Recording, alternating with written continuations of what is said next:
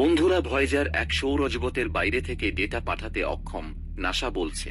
National Aeronautics and space administration NASA এর সৌরজগতের বাইরে ভ্রমণকারী মহাকাশযান ভয়েজার 1 সমস্যায় পড়েছে, কারণ এটি সৌরজগতের বাইরে যাত্রা চালিয়ে যাওয়ার কারণে পৃথিবীতে কোনো বিজ্ঞানের তথ্য পাঠাতে পারেনি। নাসা একটি আপডেটে বলেছে যে প্রকৌশলীরা এখনও ভয়েজার 1 এ ডেটা সমস্যা সমাধানের জন্য কাজ করছেন। আমরা মহাকাশযানের সাথে কথা বলতে পারি এবং এটি আমাদের শুনতে পারে, কিন্তু পৃথিবী থেকে মহাকাশযানের অবিশ্বাস্য দূরত্বের কারণে এটি একটি ধীর প্রক্রিয়া, জেট প্রপালশন ল্যাবরেটরি জেপিএল বলেছে। মহাকাশযানটি সবচেয়ে দূরবর্তী মানবসৃষ্ট বস্তু হিসাবে রেকর্ড ধারণ করেছে। সমস্যাটি ভয়েজার 1 এর 3টি অনবোর্ড কম্পিউটারের একটিতে রয়েছে, যাকে ফ্লাইট ডেটা সিস্টেম বলা হয়।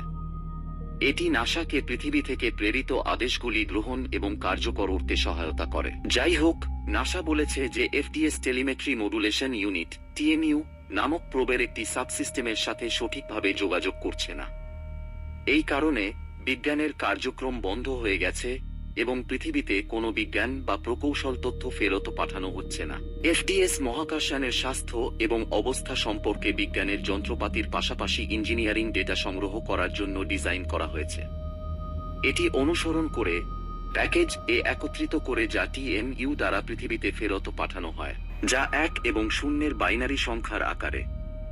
নাসা অনুসারে সমস্যাটি গত বছরের ডিসেম্বরে ঘটেছিল এবং এমনকি দলটি ফ্লাইট পুনরায় চালু করার চেষ্টা করার পরেও এবং সমস্যাটি শুরু হওয়ার আগে যে অবস্থায় ছিল সেটিতে ফিরিয়ে দেওয়ার চেষ্টা করার পরেও অব্যাহত রয়েছে।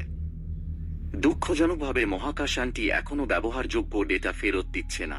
বন্ধুরা, মহাকাশ সম্বন্ধে নতুন নতুন আপডেট পেতে চ্যানেলটিকে সাবস্ক্রাইব করুন পরবর্তী ভিডিও দেখার জন্য।